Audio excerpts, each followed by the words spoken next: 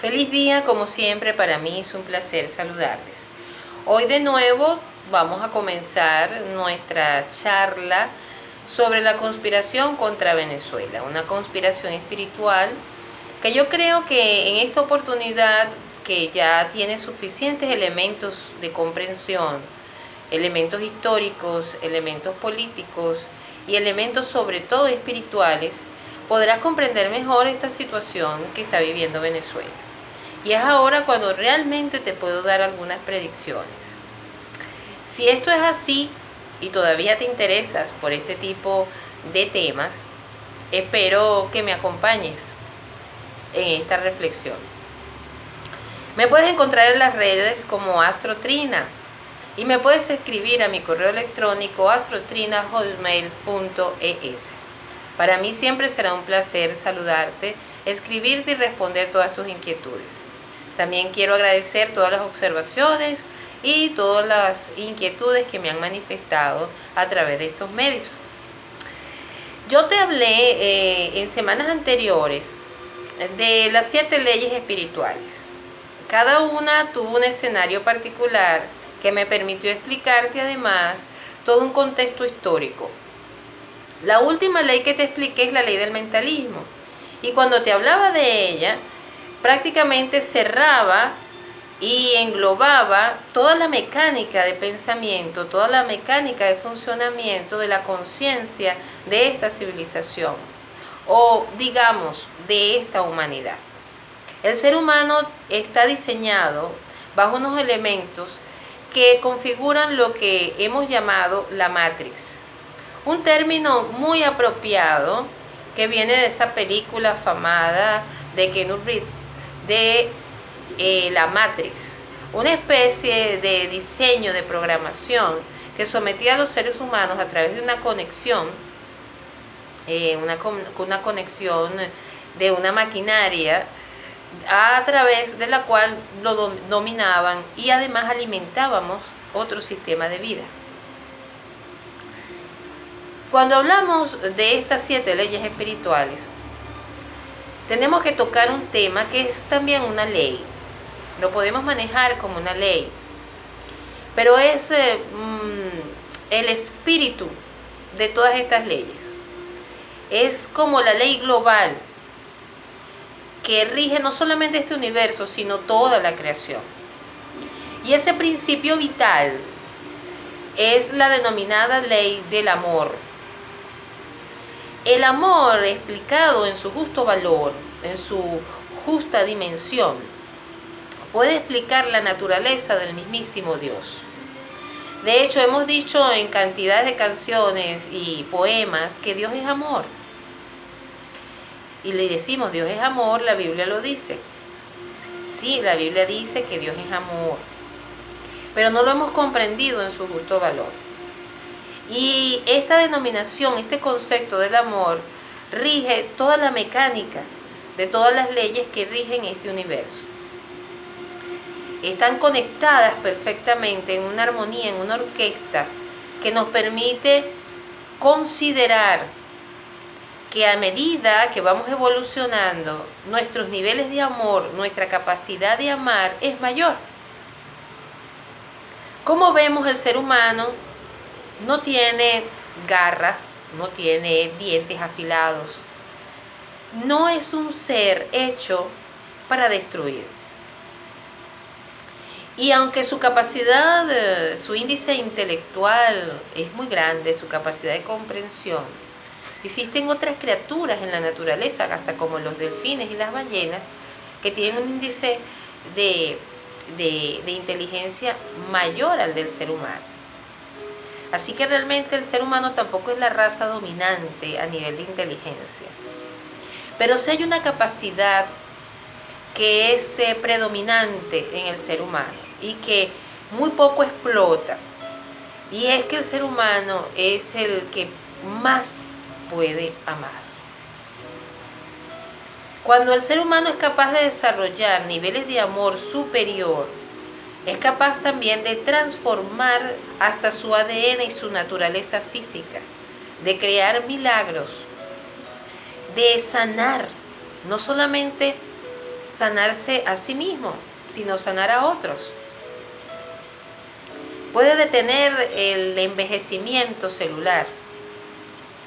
Puede realizar portentos a nivel alquímico.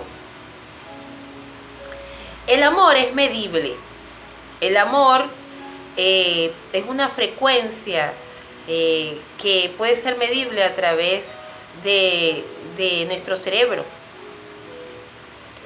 Y el amor se contagia cuando nuestra radiación, nuestro campo electromagnético se vincula a esta emoción, se eleva a tal magnitud que contagia y además genera una autoprotección alrededor que es permutable, que se multiplica.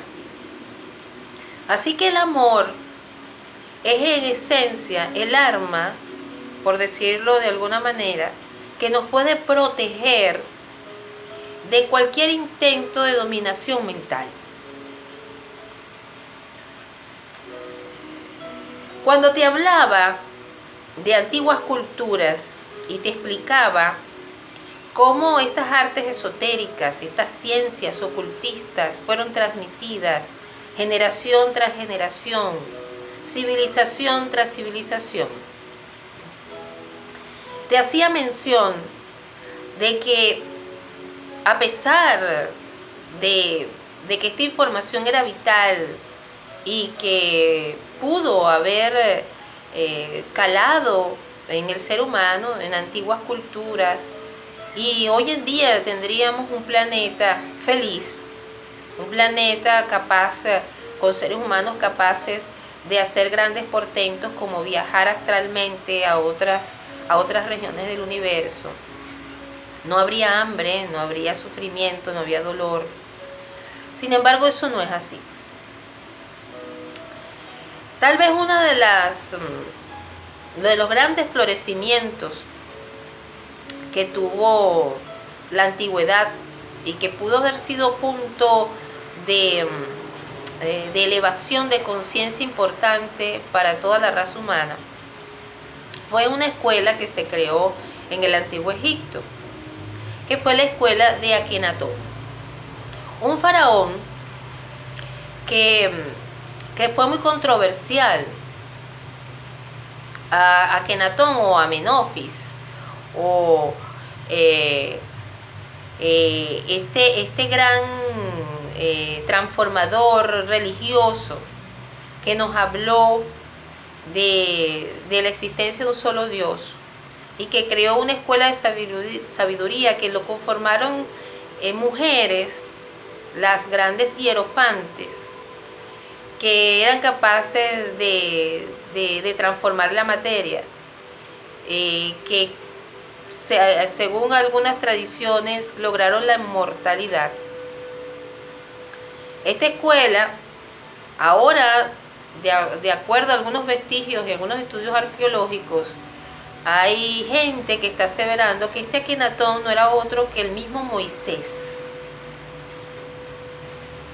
Y entre tantas cosas se nos dice que las coincidencias históricas y los relatos coincidentes entre la vida de Moisés y la vida de Akenatón pareciese mostrar que son la misma persona.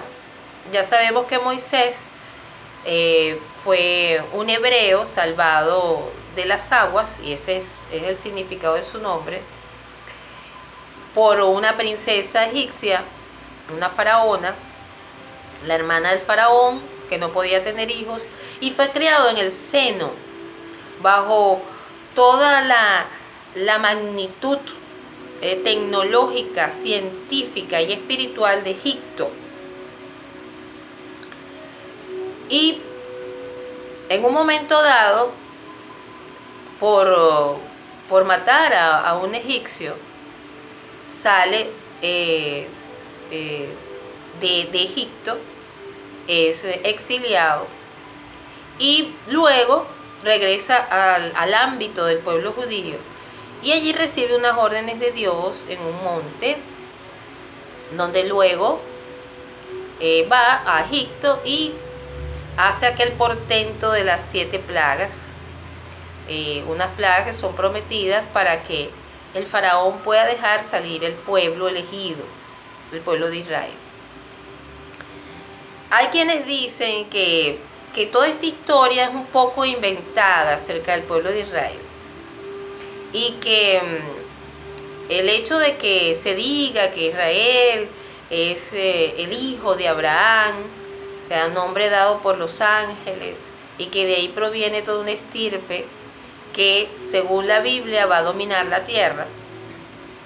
Hay quien dice que este nombre de Israel viene de la composición de 2 grandes dioses egipcios, Isis y Ra, que dan la composición de Israel. Bueno, estas teorías son totalmente válidas. Lo que sí es cierto, de acuerdo a escritos antiguos, es que esta gran escuela fue la que permitió la formación o la proliferación de la magia y de la alta alquimia, como era la cábala, a un grupo de seres. Y estos grupos de seres la han transmitido de generación en generación y se han multiplicado en grandes escuelas de sabiduría. Sabemos que la masonería es una de ellas y que muchas corrientes gnósticas, también los rosacruces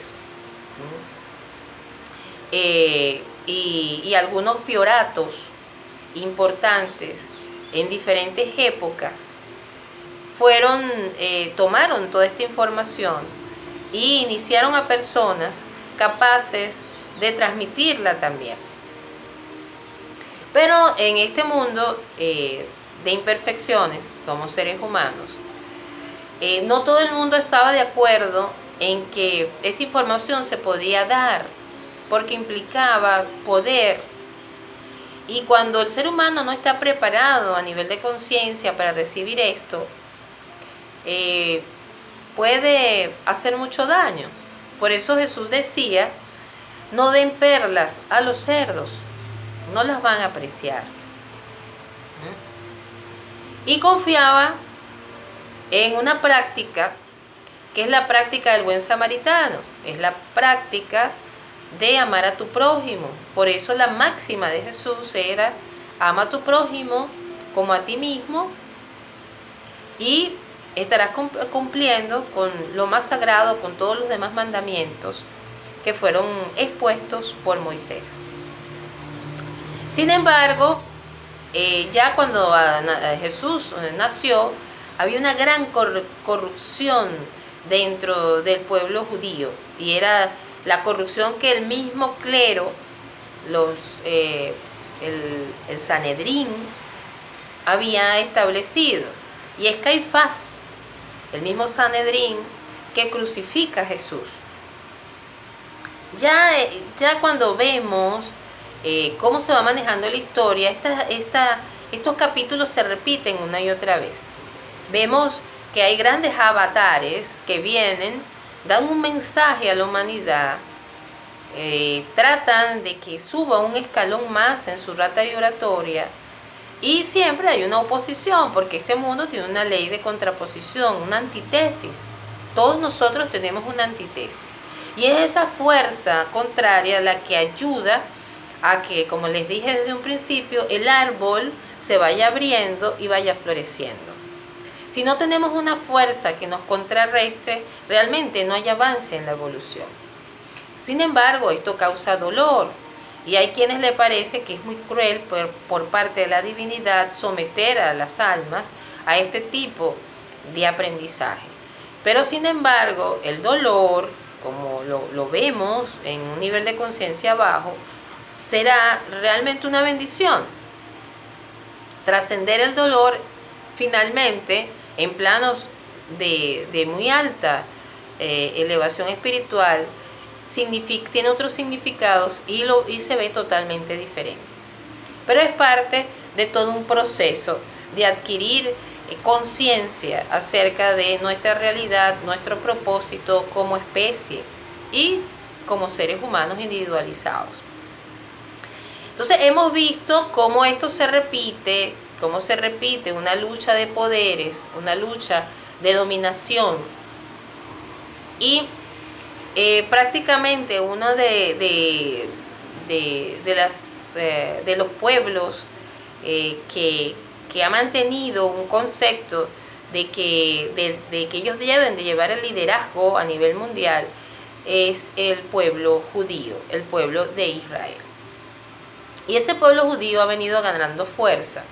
Y como te expliqué en una oportunidad, de acuerdo a un gran masón que fue satanizado, que fue Albert Pike, que escribió las 3 profecías que se cumplieron acerca de las 3 guerras mundiales que se iban a suscitar, y una de ellas no se ha cumplido, que es el conflicto que va a surgir entre el pueblo árabe y el pueblo de Israel, y que eso va a dar pie a la dominación total del pueblo judío, una dominación que ya vienen ejerciendo desde tiempo atrás sobre el planeta Tierra de diferentes maneras. Prácticamente en esta época las han concretado en unos planes muy específicos, planes que podemos evidenciar hoy en día y que son motivo de análisis y son parte de las llamadas conspiraciones mundiales. Y se dice que hay gente obsesionada con esto de las conspiraciones mundiales y los llaman conspiranoicos. A mí misma me han considerado en alguna oportunidad conspiranoica, obsesionada por el mundo de la conspiración. Solo que yo me enfilo hacia el plano espiritual, que es el que me parece bien resaltante.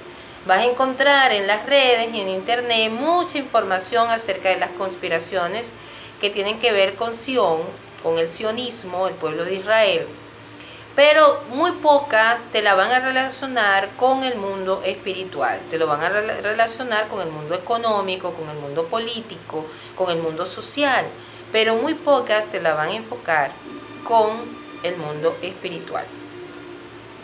Muy bien, entonces estas conspiraciones en el pasado pues tenían que ver con la economía, sobre todo con lo que tenía que ver con el dominio de las riquezas, todos los minerales, todas las piedras preciosas, la agricultura. O sea, en la antigüedad el dominio de estas cosas te daba poder. Después pasamos a la época industrial y entonces se generaron las grandes empresas, las grandes compañías. Y vino la época petrolera, la época de la energía, y entonces vinieron las grandes compañías petroleras, y el eje petrolero se convirtió en el interés de todas estas élites que quieren dominar al mundo. Pero hoy en día, en el 2017, podemos decir que ya ni siquiera el petróleo los ocupa. Realmente ya están enfilando perfectamente en sus tácticas que van a definir los escenarios de tal vez una tercera guerra mundial. Y cuando hablamos de esto, tenemos que mencionar los 3 puntos o objetivos que han sido parte de toda una estrategia. Allí vamos a mencionar la parte médica, todo lo que tiene que ver con el mundo de las medicinas, la parte farmacéutica. Se ha descubierto que prácticamente muchos de los medicamentos que se consumen, sobre todo los que se consumen más, como son antibióticos, analgésicos, antialérgicos, son productos dañinos para la salud. Y en un estudio que se hizo en Estados Unidos, prácticamente el 70% de los medicamentos generan efectos colaterales en la salud del ser humano. Por otro lado, tenemos que otro de los efectos muy nocivos es la tecnología.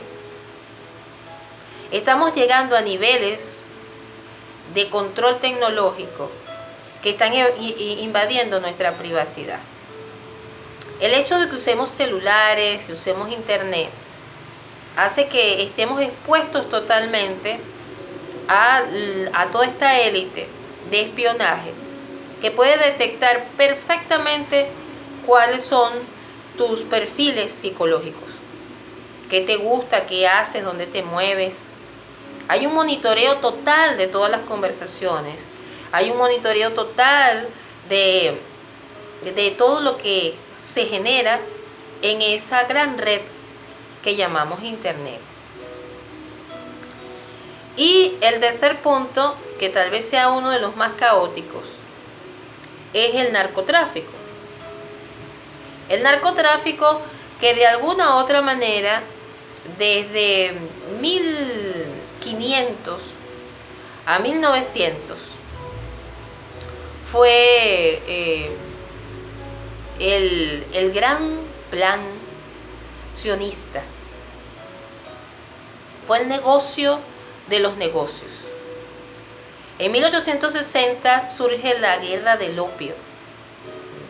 Y ya ahí, cuando, digamos, las Indias británicas y holandesas se convierten en el afluente del narcotráfico, de los narcóticos, en este caso del opio, se crea un capital líquido invisible que va a lubricar la banca internacional. De hecho, tenemos un banco, el HSBC, el Hochschild, Banco Central de Narcóticos, que prácticamente lava dinero, el dinero que viene del narcotráfico. Entre el 2008 y el 2009, según algunos expertos, el zar antinarcóticos, el señor Víctor Ivanovich, y el jefe antinarcóticos, María Acosta, dicen y coinciden en que durante esos años de caída de la banca, los clientes, el cartel de clientes que empezó a buscar la banca internacional era el narcotráfico. Los grandes clientes venían del narcotráfico. Y hemos tenido que, con mucho cuidado, se creó un circuito de narcotráfico que estuvo configurado por Panamá, por Nicaragua, por Cuba, y llegaba o a Los Ángeles o a Miami. La ruta cubana tenía la estrategia de Miami y allí era donde se cotizaba a mayor precio la cocaína. Por mucho tiempo se camufló este circuito que era del conocimiento de los Estados Unidos. De hecho, instituciones como la DEA, como lo dijo Chávez en un buen día que dio una locución y expresó que la DEA era parte del narcotráfico. Y ser parte del narcotráfico significaba que ellos se encargaban de eliminar, de limpiar la ruta. Ellos simplemente trataban de que los beneficios del narcotráfico fuesen encaminados a quienes ellos decidían que lo tenían que tener. Y la CIA perseguía también al narcotráfico y de alguna manera los beneficios del narcotráfico que eran vigilados por la CIA también llegaban a estas arcas. Así que tenemos un triángulo Un triángulo entre narcotraficantes, la DEA y la CIA. Y la élite estaba participando de todo esto.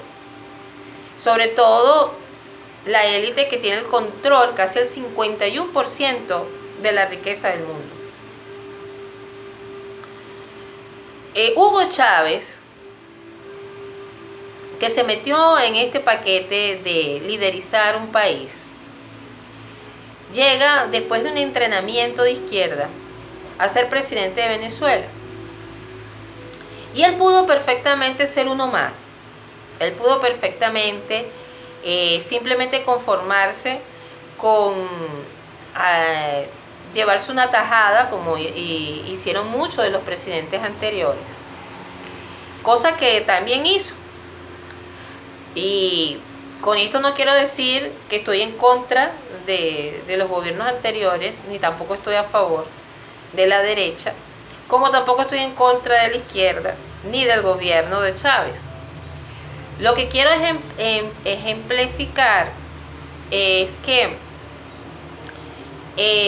cada uno ha tenido una filosofía y una forma de llevar sus gobiernos. Y normalmente los gobiernos de todo el mundo, no solamente el de Venezuela, están salpicados de la corrupción administrativa. Y son envilecidos, tentados, a través de una infiltración de estas élites en los gobiernos, procurando que caigan en deudas, en corrupción de alto nivel, y así los dominan.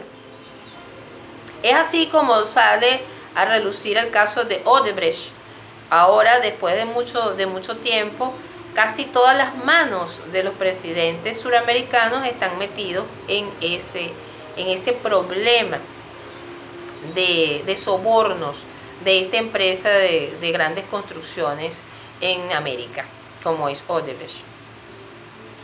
Por otro lado, Chávez se convierte en una especie de enemigo número uno de este eje occidental que maneja la élite, y se adhiere más a la filosofía de opositoras, supuestamente entre comillas, porque son como una plastilina, un término que me gustó mucho y que escuché de un gran orador en las redes.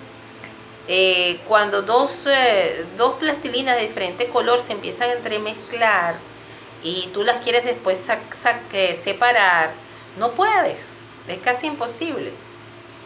Así tenemos otro eje, que es llamado el eje del terror, que es el eje oriental, formado por Irán, China y Rusia, que están haciendo contrapeso contra este otro eje de dominación. Y entonces esta política de Chávez, que se va más hacia el eje oriental,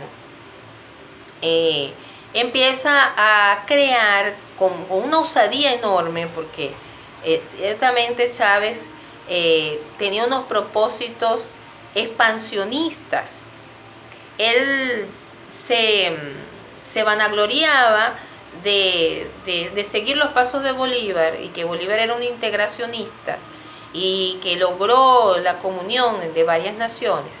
Y a pesar de que ese era el concepto que utilizaba Chávez, realmente sus fines no eran integracionistas, porque realmente los fines últimos, y eso lo estamos viendo ahora con los resultados de las políticas de Maduro, que es una resultante de las políticas de Chávez, realmente los fines eran expansionistas.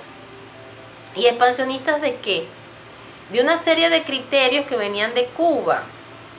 Realmente lo que se da en Venezuela es una invasión cubana, que nadie pensó que se podía dar, que la gente la subestimó muchísimo en Venezuela, pero que se infiltró de una forma exitosa. Y el plan cubano viene ligado a un plan de narcotráfico, porque ya Cuba estaba metida dentro del narcotráfico. De hecho, hay pruebas fehacientes de que Pablo Escobar tenía contacto con los hermanos Castro. Popeye, uno de sus esbirros muy cercano a Pablo Escobar, así lo denunció. Así que este circuito de narcotráfico ya existía. Panamá ha sido y sigue siendo uno de los países que más lava el dinero del narcotráfico. Los bancos están hasta los tequeteques infiltrados con el narcotráfico. Y en su época, durante muchos años, Panamá estuvo sometida al gobierno de Noriega, que estaba ligado a la CIA. De hecho, él mismo fue parte de la CIA. Y hasta que se le ocurrió trancar el flujo de dinero del narcotráfico, pues Estados Unidos no había decidido sacarlo. Es cuando deciden ir a una guerra contra el gobierno de Noriega. Eso por una parte. También en Nicaragua vemos cómo fue financiado grupos paramilitares a través de la CIA para sacar a Somoza. Y esta gente se metieron también dentro del plan del narcotráfico. Y estos eran los caminos para infiltrar los narcóticos hasta Estados Unidos. Este negocio comenzó a cambiar porque Chávez, que empieza a tener unos ingresos extraordinarios petroleros, muy hábilmente, con su chequera, con su alto presupuesto, como le decía Uribe, que se lo dijo Uribe más de una oportunidad, usted con su presupuesto logra un apoyo en Sudamérica, y con el petróleo, regalando petróleo a Argentina, a Bolivia y a Ecuador, comienza una especie de plan mancomunado de liberarse de la élite. Se empieza a hablar de un Mercosur, de un banco suramericano, se empieza a hablar de un Telesur para evadir la televisión y los medios de comunicación, CNN, que son manejados perfectamente por esta élite. Esto comienza a ser motivo de alarma para la élite, porque lo último que hizo Hugo Chávez es lograr desviar la hegemonía que tenía